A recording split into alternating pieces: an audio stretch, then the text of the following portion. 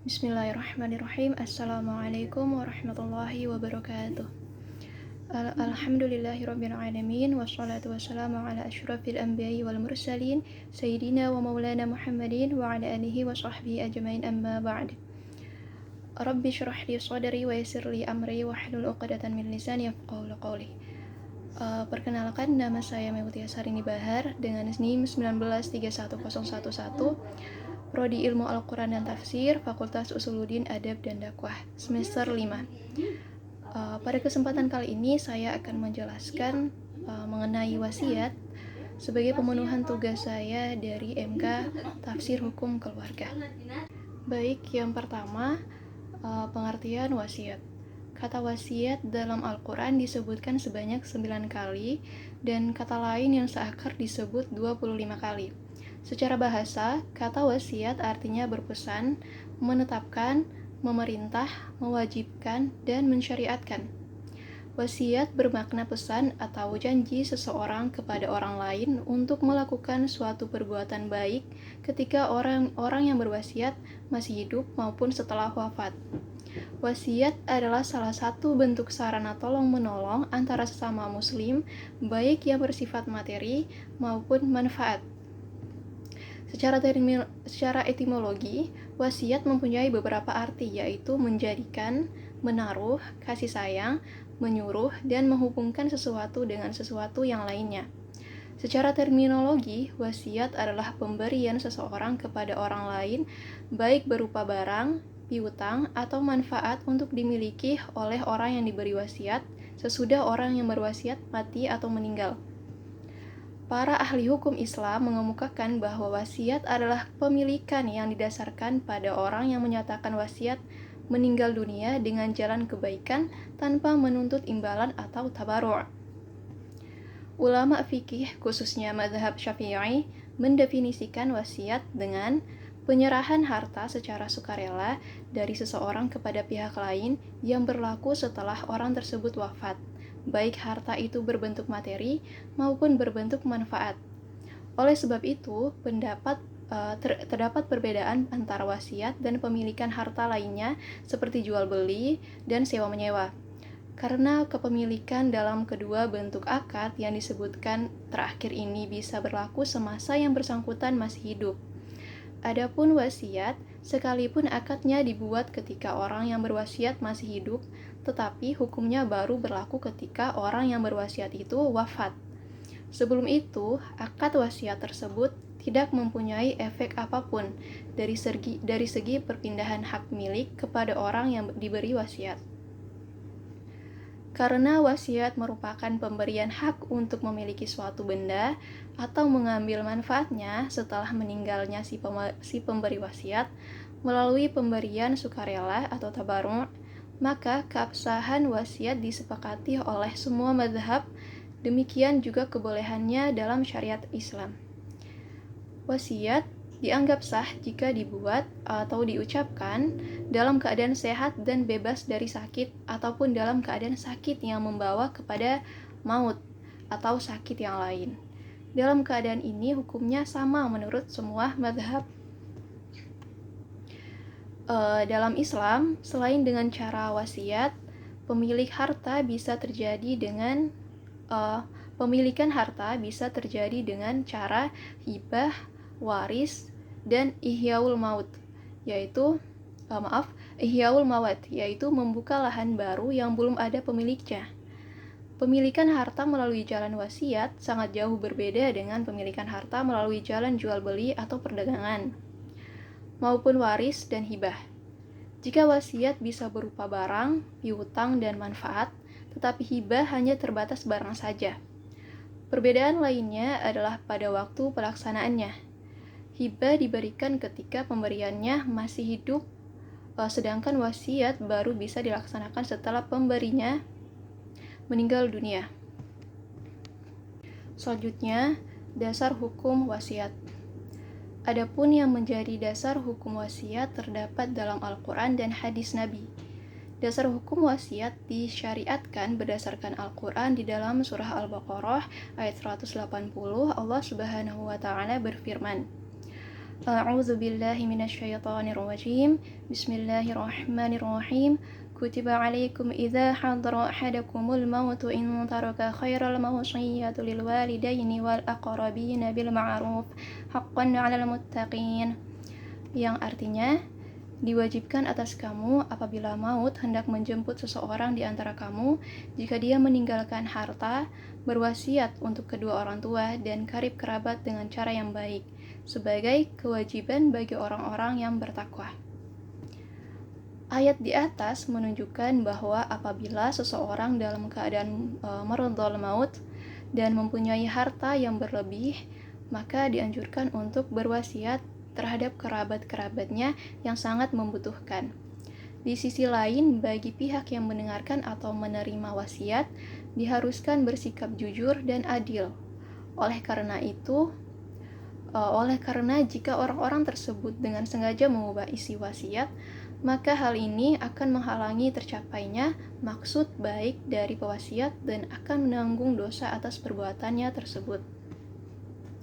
Dalam tafsir dijelaskan bahwa makna ma'ruf ialah adil dan baik, sehingga wasiat itu tidak melebihi sepertiga dari seluruh harta orang yang akan meninggal dunia.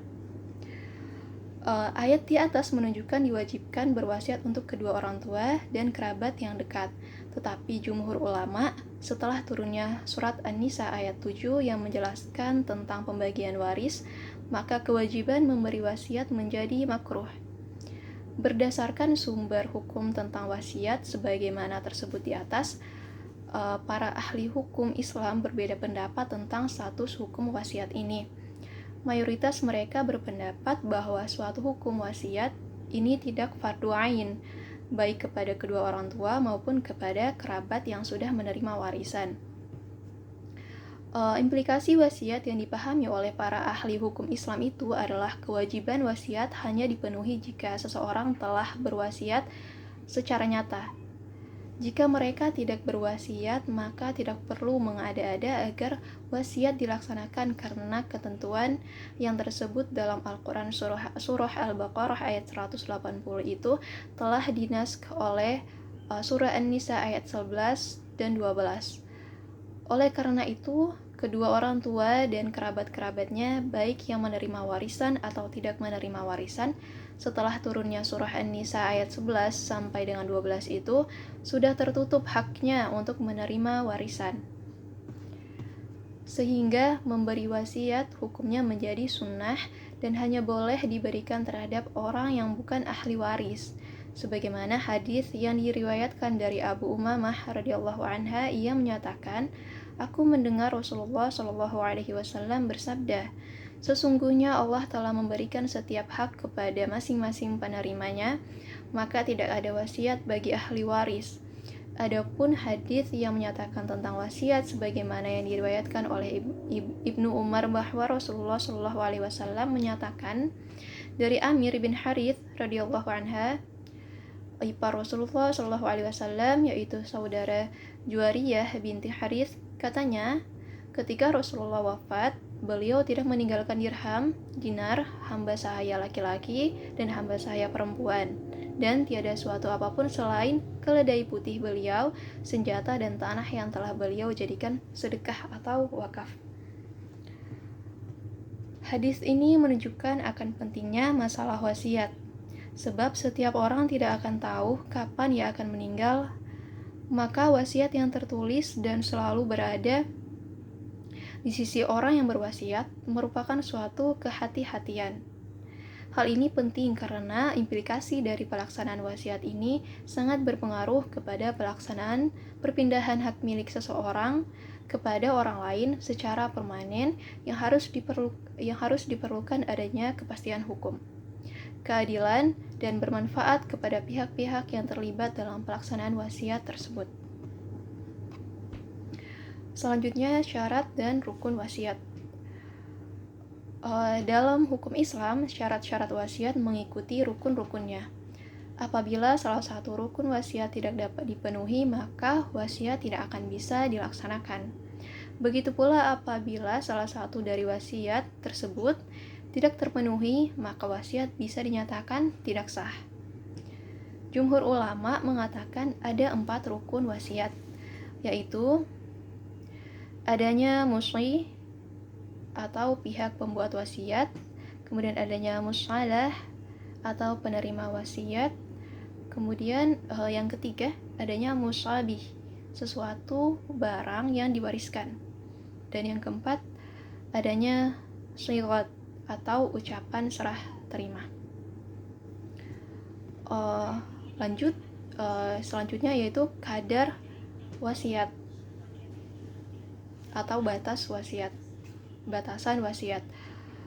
Demi kepentingan ahli waris yang ditinggalkan seseorang, hanya berhak mewasiatkan sebagian kecil dari hartanya. Hal ini dimaksudkan agar wasiat tidak merugikan ahli waris yang ditinggalkan. Para ulama sepakat bahwa orang yang meninggalkan ahli waris tidak boleh memberikan wasiat lebih dari 1/3 hartanya, sesuai dengan hadis Nabi Shallallahu Alaihi Wasallam yang diriwayatkan oleh Bukhari dan Muslim. Alangkah baiknya jika manusia mau mengurangi wasiat mereka dari 1/3 menjadi 1/4, karena Rasulullah Shallallahu Alaihi Wasallam bersabda, wasiat itu 1/3 dan 1/3 itu pun sudah banyak. Hadis riwayat Bukhari dan Muslim. Berikutnya, kedudukan wasiat dalam pembagian harta menurut hukum Islam. Wasiat timbul sesuai dengan sifat manusia yang selalu mengharapkan agar amalannya di dunia memberikan keselamatan kepadanya kelak di akhirat. Manusia selalu berusaha untuk berbuat amal kebaikan sewaktu ia masih hidup. Salah satu amal kebaikan tersebut adalah membuat suatu wasiat semasa hidupnya, agar sebagian harta yang dimilikinya digunakan untuk kebutuhan orang lain. Wasiat di sini artinya ialah pernyataan kehendak oleh seseorang mengenai apa yang akan dilakukan terhadap hartanya sesudah ia meninggal kelak. Kedudukan wasiat dalam hukum kewarisan Islam sangat penting. Hal ini berulang-ulang disebutkan dalam Al-Quran mengenai wasiat ini, baik dalam ayat-ayat Al-Quran sebelum turunnya ayat-ayat Al-Quran sebelum turunnya ayat kewarisan maupun sesudah turunnya ayat kewarisan. Terutama dalam ayat kewarisan yang bersangkutan dengan wasiat itu sendiri. Sering terjadi bahwa seseorang yang akan meninggal memanggil ahli warisnya untuk menyampaikan pesan terakhir atau wasiat, agar sepeninggalannya nanti harta warisannya dibagi dengan cara tertentu. Jadi kesimpulannya adalah bahwa dalam hukum Islam, wasiat itu mempunyai kedudukan yang sangat penting dan hukumnya wajib dilaksanakan. Selanjutnya, macam-macam wasiat. Ada beberapa macam hukum wasiat dalam Islam, dan hukum itu sesuai dengan kondisi dan ilat hukumnya.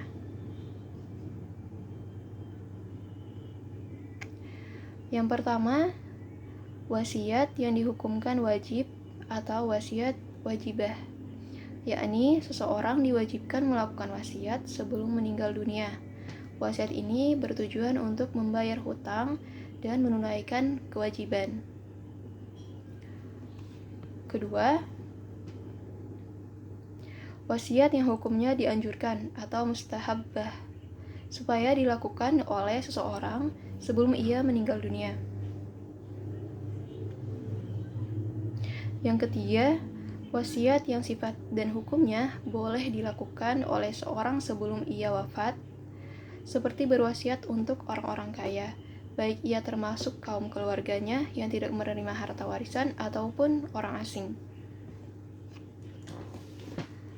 Keempat, wasiat yang karahah tahrim, sebagaimana yang dikemukakan oleh mazhab Hanafi. Contohnya adalah berwasiat untuk ahli al-fusuq dan ahli maksiat.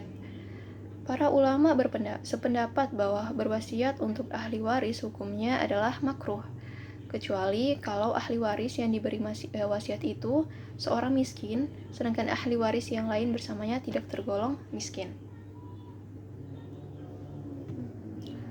Yang kelima, wasiat yang hukumnya haram, yakni wasiat yang tidak boleh dilakukan oleh seorang muslim, seperti berwasiat untuk maksiat. Berwasiat juga dihukumkan haram apabila wasiat itu akan menyebabkan mudarat terhadap pihak lain, seperti merugikan ahli waris. Yang terakhir, batalnya wasiat. Dalam hal penerima wasiat meninggal, sebelum meninggalnya pemberi wasiat, ada perbedaan pendapat. Menurut ulama Syafi'iyah, Malikiyah, Hanbaliyah, dan Hanafiyah, wasiat tersebut batal dikarenakan wasiat merupakan pemberian yang jika diberikan kepada orang mati akan tidak sah. Sedangkan menurut Imamiyah, kalau si penerima wasiat meninggal lebih dulu, maka kedudukannya digantikan oleh ahli warisnya, penerima wasiat. Hal itu terjadi bila mana wasiat tidak dicabut oleh si pemberi wasiat dan si penerima tidak menolaknya.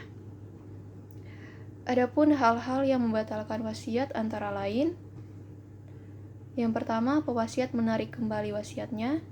Kedua, pewasiat kehilangan kecakapan bertindak hukum karena kurang ingatan atau gila dan sampai meninggal tetap dalam keadaan gila. Yang ketiga, pewasiat ketika meninggal banyak memiliki hutang sehingga menghabiskan harta peninggalannya tersebut. Yang keempat, barang yang diwariskan musnah. Contohnya hilang, terbakar, atau hancur dikarenakan banjir atau bencana alam lainnya, sebelum yang berwasiat ini meninggal dunia. Yang keenam, orang yang berwasiat menolak yang akan diberikan kepadanya. Yang ketujuh, barang yang diwariskan keluar dari milik pewasiat sebelum meninggal dunia.